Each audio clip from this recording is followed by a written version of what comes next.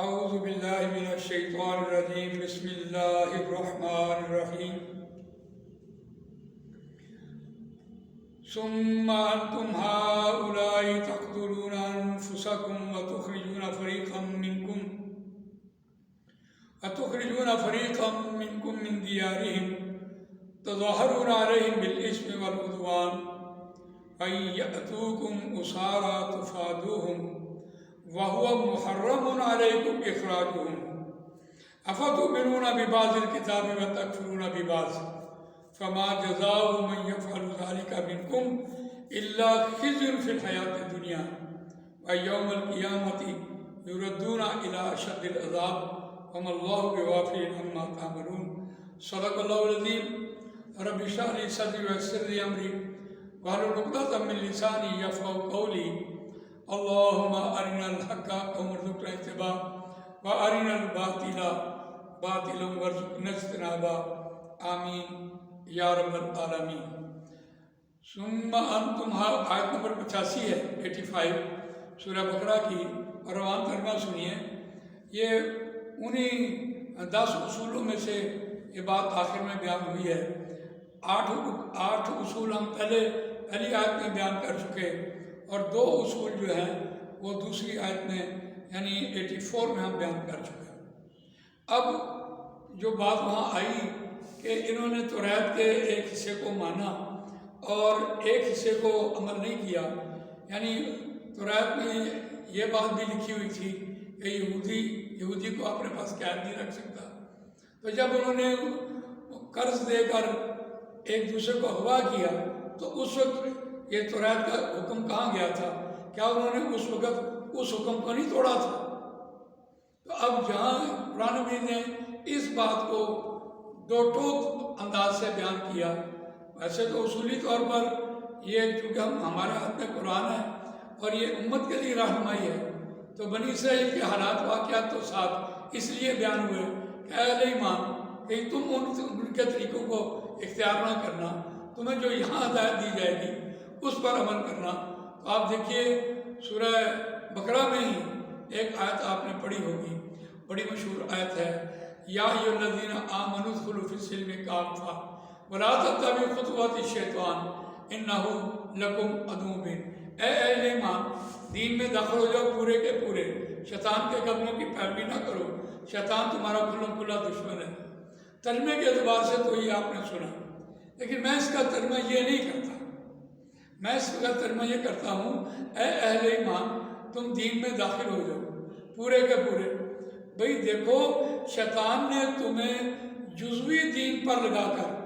مطمئن کیا اور پورے دین سے تمہاری آنکھ بند کر دی، اس کا یہ عمل ہے۔ اسی بات کو آپ دیکھیے، فَإِن زَلَلْتُم مِّن بَعْدِ مَا جَاءَتْكُمُ الْبَيِّنَاتُ فَاعْلَمُوا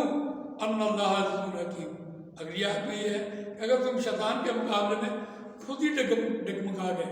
کھڑے نہ رہ سکے واضح روشن نشانیاں آیات آنے کے بعد، تو یاد رکھو اللہ زبردست حکمت والا ہے۔ 85 کا ترجمہ۔ اب اس کو دیکھیے، آیت نمبر 85 میں اسی بات کی طرف اشارہ کیا جا رہا تھا کہ ثم انتم ہؤلاء تقتلون انفسکم، پھر ہاں تم ہی وہ لوگ ہو جنہوں نے قتل کیا اپنی جانوں کو، یعنی یہودی اگر یہودی کو قتل کرے تو اپنی جان ہی ہوئی، ایک دوسرے کا بھائی ہے۔ مسلمان کو قتل کرے تو وہ ایک انسان کو قتل کرنا ایسا ہے جیسے اس نے پوری انسانیت کو قتل کیا۔ تو اس اعتبار سے اس حکم کو دیکھیے، وَتُخْرِجُونَ فَرِيقًا مِّنكُم مِّن دِيَارِهِمْ، اور تم نکالتے ہو ایک گروہ کو اپنوں میں سے، اپنے گھروں میں سے، ان کے اپنے گھروں میں سے، ان کے گھروں میں سے، یعنی ان کے گھر تمہارے اپنے گھر۔ اس معنی میں بات دیکھیے، تظاہرون علیہم بالاسم والعدوان، تم چڑھائی کرتے ہو، تظاہرون علیہم ان کے اوپر تم چڑھائی کرتے ہو گناہ کے ساتھ اور زیادتی کے ساتھ، تم ان کو اغوا کرنے کے لیے ان پہ بلوا کرتے ہو اور رات کے تاریکی میں چھاپے مارتے ہو اور ان کو اٹھا کے لے آتے ہو۔ قرآن مجید نے یہاں اس بات کی طرف اشارہ کیا، وَإِن يَأْتُوكُمْ أُسَارَىٰ، اور جب وہ آئیں تمہارے پاس قیدی بن کر تُفَادُوهُمْ، تو تم ان سے فدیہ لیتے ہو، بدلہ لیتے ہو، بہانے کار لگاتے ہو کہ ہم نے تم کو تھانے میں اتنی دیر رکھا تھا، تم کو لے کے بھی آئے، اس پر بھی خرچ ہوا، اور تمہیں اتنا کھلایا پلایا بھی، وہ ہمیں کم سے کم اتنے پیسے تو دے کے جاؤ جو تمہارے اوپر ہم نے خرچ کی ہے۔ اب اس طرف اشارہ کیا جا رہا ہے کہ وہ تم اگر ان کو قیدی بنا کے لے کے آتے ہو تو تم ان سے بدلے بھی لیتے ہو۔ اور یہ بھی کیوں وہ بدلہ لیتے ہیں کہ توریت کا وہ جو حکم ہے کہ بھئی تم نے یہودی کو اپنے اوپر قید نہیں رکھنا، اپنے پاس قید نہیں رکھنا اور اس کو اغوا نہیں کرنا، تم توریت کے اس حکم کو ماننے کے لیے اب تم ان کو چھوڑتے ہو، اور چھوڑتے ہو تو تم ان سے فدیہ لیتے ہو۔ تو یہ قرآن مجید نے یہاں بات کہی وَهُوَ مُحَرَّمٌ عَلَيْكُمْ إِخْرَاجُهُمْ، اور حالانکہ ان کا نکالنا تم پر حرام تھا۔ کس نے کہا تھا تم ان کو نکال کے لے کے آؤ؟ تو آگے کئی بات أَفَتُؤْمِنُونَ بِبَعْضِ الْكِتَابِ وَتَكْفُرُونَ بِبَعْضٍ، اب یہ جنرل بات ہے قرآن مجید کی، کیا تم کتاب کے کچھ حصے پر ایمان رکھتے ہو، ایمان لاتے ہو، اور کچھ کا تم انکار کرتے ہو؟ یعنی ایک حکم کا انکار تھا کہ قرآن نے کہا کہ تم ان کو اغوا کر کے لے کے آؤ اور ان سے سود کھاؤ، ان کی ضرورتیں پوری نہ کرو، ان کی مجبوریوں کو تم خریدو اور ان کو مفلس کرو اور ان کے اندر لڑائی جھگڑا پیدا کرو۔ کہاں قرآن نے یہ بات کہی؟ اور تم یہ قرآن توریت کی نص کے خلاف بات کرتے رہے، اور اب جب تم نے اپنے مفادات حاصل کر لیے تو اب تم نے توریت کے اس حکم پر عمل کرنے کی خاطر تم نے سیز فائر کیا۔ وَهُوَ مُحَرَّمٌ عَلَيْكُمْ إِخْرَاجُهُمْ، قرآن نے صاف صاف بات کہی، وہ تو حرام کیا گیا تھا تم پر ان کا نکالنا، ان کو اغوا کرنے کا حرام کیا گیا تھا۔ أَفَتُؤْمِنُونَ بِبَعْضِ الْكِتَابِ وَتَكْفُرُونَ بِبَعْضٍ، کیا پس تم ایمان رکھتے ہو کتاب کے کچھ حصے پر اور کچھ حصے کا انکار کرتے ہو؟ فَمَا جَزَاءُ مَن يَفْعَلُ ذَلِكَ مِنكُمْ، بس کیا بدلہ ہے ایسے شخص کا جو کوئی یہ بات کرے تم میں سے، ایسا عمل کرے تم میں سے، إِلَّا خِزْيٌ فِي الْحَيَاةِ الدُّنْيَا، مگر رسوائی ہے دنیاوی زندگی میں، وَيَوْمَ الْقِيَامَةِ يُرَدُّونَ إِلَىٰ أَشَدِّ الْعَذَابِ، اور قیامت کے دن لوٹائے جاؤ گے سخت عذاب کی طرف، وَمَا اللَّهُ بِغَافِلٍ عَمَّا تَعْمَلُونَ، اور اللہ بے خبر نہیں ہے ان کاموں سے جو تم عمل کرتے ہو۔ یہاں بڑی خوبصورت بات کہی ہے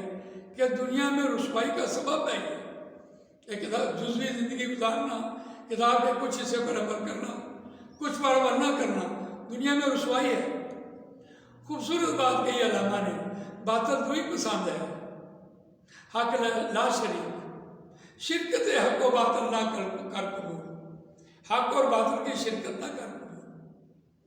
تو اس اعتبار سے دیکھیے علامہ نے اس شعر میں ساری بات کہہ دی۔ بہرحال اس اینگل سے دیکھیں تو آگے بات کہی جا رہی ہے کہ دنیا میں رسوائی کا سبب اور آخر میں قیامت میں بڑے عذاب کی طرف تم لٹائے جاؤ گے، یہ بات یہاں بھی کہی ہے، اور 14 رکوع میں بھی جا کر یہودیوں کے اس عمل سے بات کہی قرآن نے، وَمَنْ أَظْلَمُ مِمَّنْ مَنَعَ مَسَاجِدَ اللَّهِ أَنْ يُذْكَرَ فِيهِ اسْمُهُ وَسَعَىٰ فِي خَرَابِهَا أُولَٰئِكَ مَا كَانَ لَهُمْ أَنْ يَدْخُلُوهَا إِلَّا خَائِفِينَ لَهُمْ فِي الدُّنْيَا خِزْيٌ وَلَهُمْ فِي الْآخِرَةِ عَذَابٌ عَظِيمٌ۔ وہاں بھی یہ بات کہی کہ دنیا میں رسوائی کا سبب، اور وہ کیا ہے کہ مسجدوں سے تم منع کرو گے لوگوں کو کہ ان میں اللہ کے نام کا ذکر نہ کیا جائے۔ ایک وہ رسوائی کا سبب بنا، اور ایک رسوائی کا یہ سبب ہے کہ جزوی زندگی کو اختیار کیا، کلی زندگی کو چھوڑا۔ تو قرآن نے یہاں یہ بات نقل کی ہے، اور وَمَا اللَّهُ بِغَافِلٍ عَمَّا تَعْمَلُونَ، یہ جو تم دنیا میں عمل کرتے ہو اللہ ان سے بے خبر نہیں ہے۔ تو یہاں دعوت دی جا رہی ہے پورے دین کی طرف آؤ۔ میں نے بھی آپ کے سامنے ایک آیت سنائی ہے